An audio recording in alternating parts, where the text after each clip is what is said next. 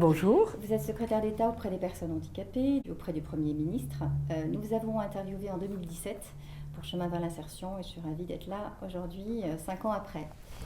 Le secrétariat des personnes handicapées est rattaché à Matignon. Est-ce que c'est un symbole qui est fort? Est-ce que ça a changé quelque chose pour vous? Ça a changé radicalement la façon de faire de la politique et de la place des personnes handicapées dans la société. Je dirais qu'elles sont des citoyens à part entière, elles ne sont plus des objets de soins mais des vrais sujets de droit. Et le fait que je sois rattachée auprès du Premier ministre nous a permis de faire une politique interministérielle totale. Nous avons eu 6 comités interministériels du handicap sous l'égide du Premier ministre durant ces 5 ans, avec chaque ministre qui a une feuille de route très précise, avec un haut fonctionnaire à l'inclusion qui a été nommé dans chaque ministère. Et c'est comme ça qu'on transforme dans tous les pans des politiques publiques, dans le droit commun, la place des personnes handicapées. Il y avait donc, pour moi, c'était une condition vraiment de réussite du changement de méthode. Et la deuxième condition, c'était qu'il n'y aurait pas de loi Cluzel. En revanche, il y a eu dans la loi École de la confiance l'importance de l'école inclusive, dans la loi Liberté de choisir son avenir professionnel, la réforme de l'obligation d'emploi, dans la loi Réforme de la justice, le droit de vote des personnes handicapées. Voilà, j'ai travaillé avec tous mes collègues pour que dans les grandes lois de droit commun, il y ait la spécificité du handicap. Et c'est comme ça qu'on change la donne sur l'irrigation complète des politiques publiques de la place des personnes handicapées. Et le droit de vote des personnes handicapées sous tutelle, justement? Alors, des majeurs protégés sous tutelle, 2018, c'était un engagement très fort que le président de la République portait, qu'il a affirmé lors du congrès à Versailles et qui était attendu depuis 30 ans par les associations, que sous prétexte de handicap, les personnes majeures protégées sous tutelle ne soient plus privées de leur droit de vote, de se marier, de se paxer, de se soigner et donc de voter sans justement l'avis du juge. Donc ça, c'est une très grande avancée. Ça nous oblige maintenant à les accompagner dans l'exécution de leur droit de vote et donc ça nous oblige dans cette accessibilité universelle, par exemple, de mettre les professions de foi des candidats en facile à lire, à comprendre, de travailler sur la mise en accessibilité physique, mais aussi pour tous les types de handicap dans l'exercice du droit de vote. Comment ça se passe en fait, l'échange sur un programme politique? Écoutez, moi de toute façon, ma politique, je la construis avec les associations et les personnes elles-mêmes, puisque j'ai souhaité vraiment rénover le Conseil national consultatif des personnes handicapées, qui est un peu le parlement de la société civile, pour qu'on co-construise les textes de loi, mais aussi toutes les propositions qui peuvent être travaillées. Donc on a construit aussi tous les mémentos pour faciliter l'accès aux élections. Il y a l'association Andéo qui a labellisé justement facile à lire, à comprendre le process de l'élection pour vraiment travailler avec les personnes parfois qui sont éloignées de la compréhension, notamment la déficience intellectuelle, les troubles psychiques, les troubles des fonctions cognitives, pour l'exercice de leur droit de vote. Donc, encore une fois, ça nous oblige tous à faire des progrès dans tout simplement l'élaboration, mais aussi l'expression des programmes et la simplification. Très bien. C'est une avancée en fait, clairement. Oui, mais c'est aussi au bénéfice de tous. Des personnes âgées qui parfois perdent un peu leur compréhension, des personnes qui ne sont pas nativement de langue française et qui pourtant, par exemple, sur les municipales peuvent voter, des personnes qui ont des difficultés, encore parfois d'illettrisme, parce que ça existe. Donc, encore une fois, ça sert le bien commun. Très bien. Concernant la visibilité des personnes en situation de handicap en politique, on a vu un conseiller qui était en situation de handicap moteur. Comment on améliore en fait la représentativité des personnes? Il faut les rassurer, leur donner confiance en eux, leur donner envie d'aller vers ces mandats électifs. Donc forcément aussi leur permettre de monter en qualification, donc travailler sur les parcours d'enseignement supérieur pour pouvoir accéder justement après soit à des postes de fonctionnaires et puis après à des envies d'aller sur la fonction éligible, soit de l'engagement. Je pense que la notion d'engagement aussi doit être redonnée, le pouvoir d'agir aux personnes handicapées. L'autodétermination, le pouvoir d'agir, c'est vraiment quelque chose sur lequel je suis très attachée. J'ai quand même eu la joie de décorer une jeune femme trisomie qui est conseillère municipale à Arras, Éléonore Laloux, qui est conseillère municipale donc dans l'équipe du maire Frédéric Turquois, qui a bien compris l'intérêt de pouvoir donner la parole aux personnes parce qu'on avance plus vite, elle est en charge de l'inclusion et du bonheur. Et en fait, elle a travaillé sur toute l'accessibilité de la cité et il en a fait une force tout simplement de cohésion et puis d'innovation parce que Éléonore a énormément d'idées avec beaucoup de bon sens et que voilà, elle a toute sa place dans son équipe municipale. C'est une ouverture pour les maires qui voudraient... Il y a certainement beaucoup plus d'élus en situation de handicap qu'il n'y paraît, parce que rappelons que 80% des handicaps sont invisibles. Donc, eh bien moi je dis qu'on a encore besoin de rôle modèle. Et je fais un appel à toute personne en situation de handicap qui est élue, de pouvoir le dire tout simplement. Parce que le rôle modèle est encore très important, se dire que c'est possible, que des jeunes puissent se projeter sur un nouvel avenir, sur un nouvel engagement, sur des nouveaux métiers, dans tous les types de métiers, notamment, je dirais, les sachants, entre guillemets, que ce soit les ingénieurs, les professeurs. On ne connaît pas de professeurs qui parlent de leur handicap, et je suis sûre qu'il y en a. On connaît très peu de cadres en entreprise qui parlent de leur handicap. Pourquoi? Parce qu'on estime que ça va peut-être générer une fragilité, un regard de fragilité ou de capacité à tenir son rôle. Non, je pense qu'il faut libérer la parole. Et puis, on a besoin de ces rôles modèles pour se projeter. Alors justement, on a appris que Jean-Luc Mélenchon, en 2015, donc il évoquait, lors d'une émission, il confiait qu'il avait un handicap de surdité. Est-ce que ça vous étonne, finalement, que des hommes politiques puissent ne pas parler de leur handicap? Ça vous évoque quoi? Ça évoque qu'on a encore du chemin à faire pour dédramatiser, pour faire tomber les préjugés, pour que les gens puissent parler d'eux-mêmes naturellement, pour libérer cette parole. Et alors, oui, j'ai un handicap. Et alors? Et alors, on va vous mettre les compensations pour que vous soyez le plus performant. Moi, c'est ce « et alors » qui m'importe. C'est bien notre enjeu majeur dans l'insertion professionnelle. J'ai des entreprises qui me disent « je voudrais bien embaucher, je ne trouve pas de talent ». Je dis « écoutez, je suis sûre qu'il y a beaucoup de talents en situation de handicap à côté de vous, ou qui frappent à la porte de votre entreprise et qui n'osent pas encore le dire, parler de leur situation ». Donc c'est cette relation de confiance. Le handicap ne détermine pas une personne. Il faut voir la personne avant le handicap. Mais pour autant, le handicap est là. Donc ce n'est pas grave d'en parler, au contraire, mettons les compensations et ça évite les compensations permanentes que les personnes font quand le handicap est invisible, qui risquent justement au burn-out parfois. Donc il est très important de libérer cette parole. Vous avez parlé depuis toujours dans votre histoire personnelle de votre enfant en situation de handicap, qui est une jeune femme maintenant, une trisomie 21. Est-ce que le fait d'avoir été touchée par le handicap, ça vous donne une légitimité ? Ce n'est pas qu'une question de légitimité, c'est surtout que, Julie a 26 ans maintenant, depuis sa naissance, je me suis battue pour ouvrir les portes de l'école et puis après ouvrir les portes de la formation et de l'entreprise, travailler sur des solutions de logement. J'ai travaillé avec les associations, j'ai contribué à la loi de 2005. Donc c'est vrai que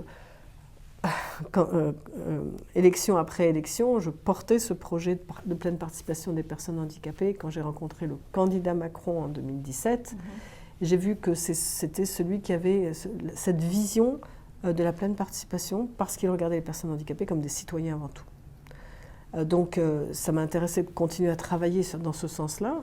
Et voilà, quand il m'a demandé de rejoindre le gouvernement, bien sûr, j'ai dit oui. Parce que quand vous avez la chance d'abord de servir la nation, et puis de pouvoir mettre en application ce que vous prenez depuis 20 ans, ça ne se refuse pas. Alors la légitimité, je connais excessivement bien les associations, donc le dialogue s'est fait très rapidement, en respect complet. C'est pour ça que j'ai voulu travailler avec le Conseil national consultatif des personnes handicapées, parce que je pense que l'expertise des personnes nous fait aller beaucoup plus vite dans les solutions. Et le « jamais rien pour nous sans nous », qui est le leitmotiv notamment de l'Association pour la déficience intellectuelle, prend toute sa valeur ici. C'est-à-dire comment construire des politiques publiques qui sont parfois pour des publics spécifiques sans eux. Non, ça ne se fait pas. Donc on va beaucoup plus vite avec l'expertise des personnes. Donc c'est vrai que ma légitimité était peut-être dans ce sens-là. Vous avez publié un livre qui s'appelle « La force des différences », édition Lattès. Vous racontez donc en introduction votre expérience, comment vous avez appris la trisomie 21 de votre enfant et la gêne de votre pédiatre. Un pédiatre que vous allez croiser plus tard et qui vous dit vous êtes incapable de regarder une mère dans les yeux pour lui annoncer la trisomie de son enfant, ni de lui expliquer ce qu'est la trisomie. Est-ce que c'est un moment de colère? Est-ce que c'est pour dire bien sûr, totalement justifié. L'annonce du handicap est très importante parce que selon comment ça va être fait, ça va vous permettre de rebondir. Quand on vous redonne du possible, du souhaitable, quand on vous balance juste une pathologie, la belle affaire, vous n'avez qu'une représentation. Moi, il y a 25 ans, je ne connaissais pas la trisomie, sauf par les représentations que j'en avais. Et donc, c'est un coup de bambou, mais derrière, on ne m'a pas donné les possibles. Et ça, c'est très important. C'est pour ça que Il ne faut pas rester seul. C'est pour ça que je dis rapprochez-vous tout de suite du tissu associatif, que ce soit un handicap de naissance ou qui survient au cours de la vie. Parce que la force de l'association, c'est que vous allez avoir des pairs qui vivent la même chose que vous. Et donc vous allez trouver une écoute très attentive et puis vous allez avoir des échanges extrêmement concrets, hein, tous les trucs et astuces pour avancer beaucoup plus vite et beaucoup plus fort. Et je pense que l'annonce du diagnostic est extrêmement importante, mais c'est surtout les perspectives derrière et toutes les prises en charge qui peuvent être faites. Et là, vous repartez armé. Sinon, c'est juste une annonce qui a la belle affaire. Et alors, on fait comment? Bon, ben ça, débrouillez-vous. Est-ce que c'est que les professionnels devraient être mieux finalement préparés Bien à sûr, l'annonce du handicap? Bien Est-ce que sûr. ça s'est amélioré depuis? C'est un long chemin. C'est de la formation initiale, mais c'est de la formation continue. On a beaucoup avancé pendant le quinquennat grâce à la stratégie pour l'autisme au sein des troubles du neurodéveloppement, où on a reformé tous les pédiatres de première ligne, les médecins de PMI, justement à l'écart de développement possible, avec un carnet très simple qui permet d'ouvrir le dialogue. Et qu'on arrête de dire aux parents, vous avez le temps, c'est pas grave. Non, dès 6 mois, 12 mois, 18 mois, 24 mois, on peut établir qu'il y a un retard de développement et on peut agir tout de suite. Et c'est ça dont on a besoin. Un diagnostic, une intervention précoce et tout de suite, je dirais, éviter les surhandicaps. Et c'est ça absolument. Donc là, on a fait un énorme effort de formation, mais c'est un travail incessant. Formation initiale, formation continue, et pas que des médecins. De l'ensemble des communautés éducatives, de l'ensemble des communautés de travail. C'est le handicap le mal connu, mais il y a tellement de situations de handicap. 12 millions de personnes, des handicaps très variables, sensoriels, physiques, moteurs, intellectuels, psychiques, autisme. Donc vous ne pouvez pas être des spécialistes de tout. Mais être à l'écoute, pouvoir conseiller la personne pour aller se renseigner, aller sur les sites officiels du gouvernement, des gouvernements qui donnent les bonnes informations, remettre de la science aussi au cœur de toutes ces différentes pathologies, pour faire tomber les fake news, les préjugés, les représentations. Votre livre, La force des différents, est un recueil de témoignages en fait? C'est un dialogue que j'ai fait avec des personnalités pendant mon mandat pour éclairer en fait la place, la vision du handicap sous différents aspects. Sur les aidants avec Claude Chirac, sur la fratrie avec Gringe et son frère qui a une schizophrénie, sur les personnes elles-mêmes qui portent un handicap, comme Alexandre Jolien qui est philosophe en situation de handicap et le regard des autres, avec Amélie Le Fur, notre présidente du comité paralympique, athlète paralympique remarquable, sur la réappropriation de son corps quand on a une amputation, etc. Donc ce que j'ai voulu, c'est vraiment dans ce dialogue interpeller les Français en disant vous êtes tous concernés, on a tous quelqu'un dans sa famille qui a une situation de handicap.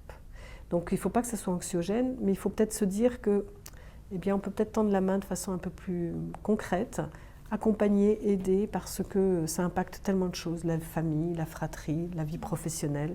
Donc c'était un petit peu ça, un entretien un peu punchy avec Marc-Olivier Frogel sur justement la place des personnes handicapées dans les médias et les difficultés qu'ils rencontrent. Et je pense que c'est important d'avoir ces dialogues un peu vrais.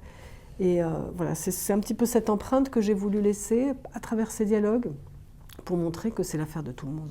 Le handicap, ça développe aussi une sensibilité chez toutes ces personnes. Ça se sent très bien avec vous aussi. Vous êtes très empathique avec eux. Enfin, on sent qu'il y a quelque chose de commun entre vous et les personnes que vous interviewez. Est-ce que vous croyez que c'est justement ça, la force du handicap, la force des différences? Bien, je pense que c'est ça.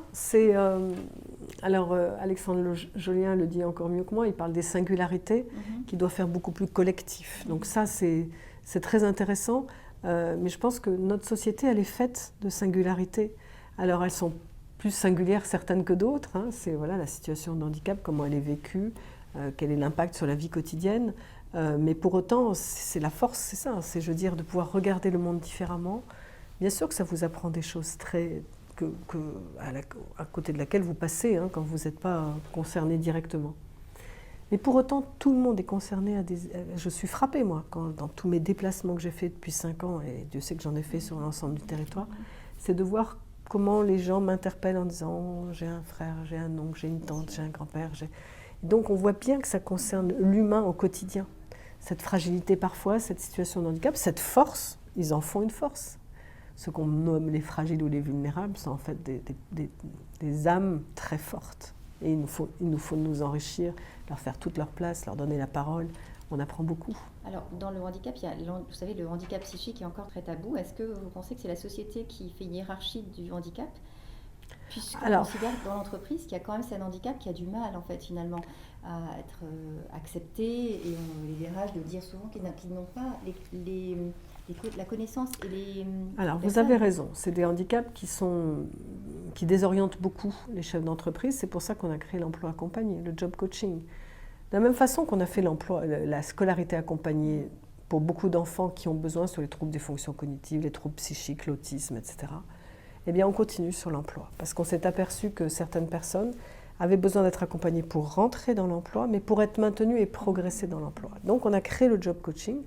Ce sont des professionnels de l'accompagnement qui sont professionnalisés par trouble, mais avec une seule plateforme pour qu'il y ait une porte d'entrée unique pour l'employeur. C'est gratuit pour l'employeur, c'est pérenne et l'intensité, elle varie selon les besoins de la personne et le collectif de travail. Donc, on accompagne la personne, mais en même temps l'employeur.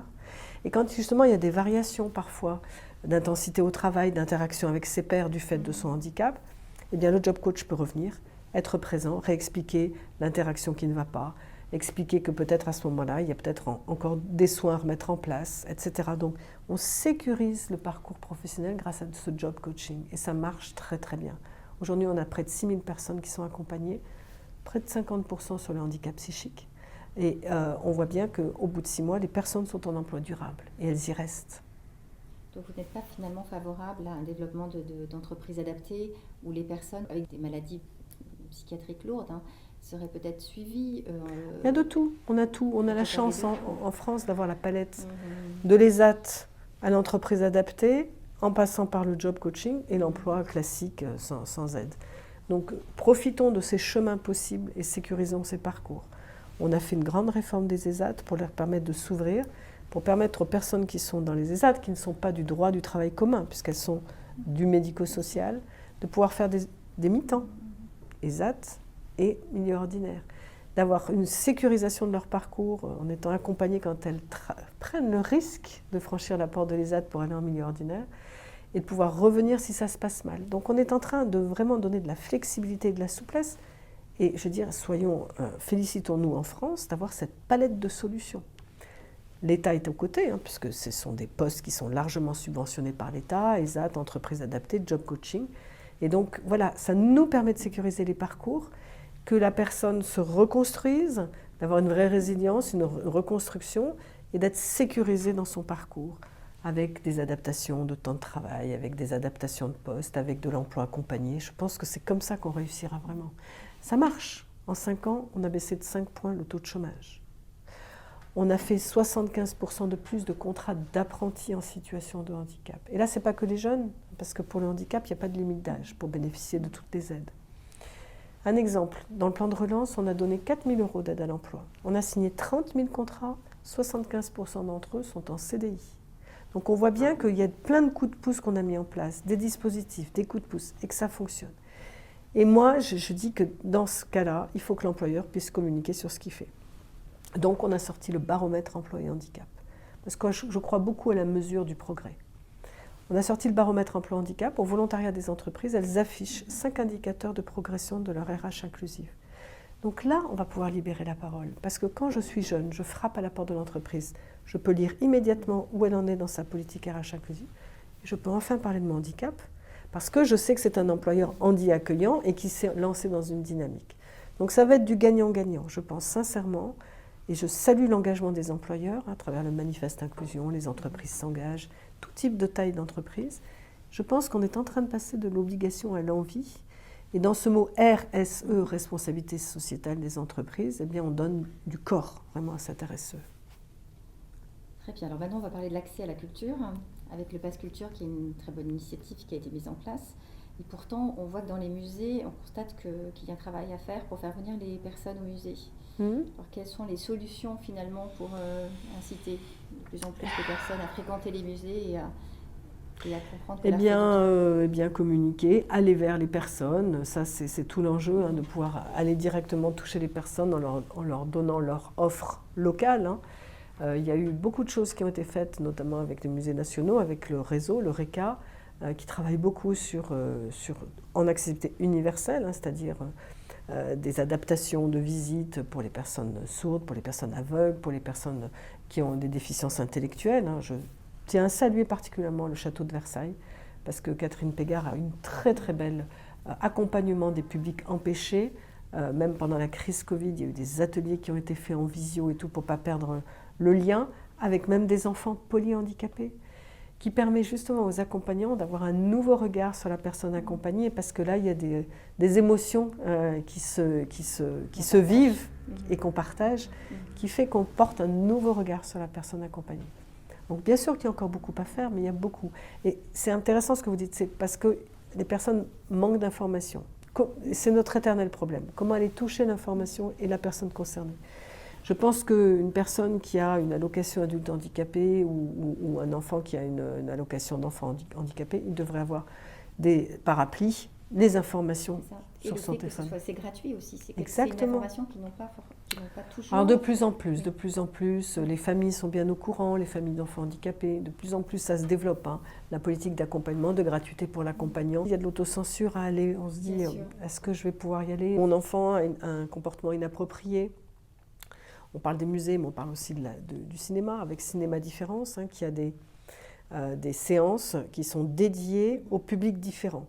Donc les publics, comme vous et moi, ils peuvent y aller, mais ils savent que cette séance-là, eh bien, il y aura peut-être des enfants qui vont pousser des cris, des adultes qui vont se lever, qui vont faire des commentaires soi-disant inappropriés, parce que ce qu'on a voulu, c'est que les familles puissent ressortir au cinéma en fratrie, en famille. Et là, c'est libérateur vraiment de nouveau d'avoir une vie sociale pour toute la famille ensemble. Et finalement, le public, comme il est averti, il accepte. Il découvre aussi qu'il y a des personnalités différentes, qu'il y a des publics qui sont très empêchés et qui pour autant ont droit à la culture, comme vous et moi. Donc, pour les enfants, justement, on l'a vu pour les enfants autistes, il y a beaucoup d'efforts qui ont été faits pour l'accompagnement de l'enfant. Est-ce que vous trouvez qu'en France, en fait, on accorde l'art à sa juste place? Qu'est-ce qu'il ne faudrait pas mettre plus l'art au cœur de l'éducation de l'enfant? Ça, c'est un vaste sujet. C'est un vaste sujet dont on discute beaucoup avec mes collègues de l'Éducation nationale et de la culture.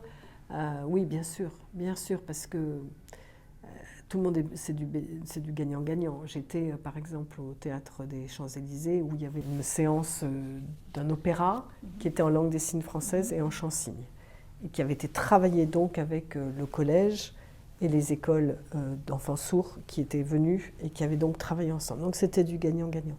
Par l'art, ils ont réussi à faire la communication et justement à faire ensemble un atelier d'art absolument révélateur de cette capacité à communiquer entre les enfants, même s'ils n'ont pas le même langage.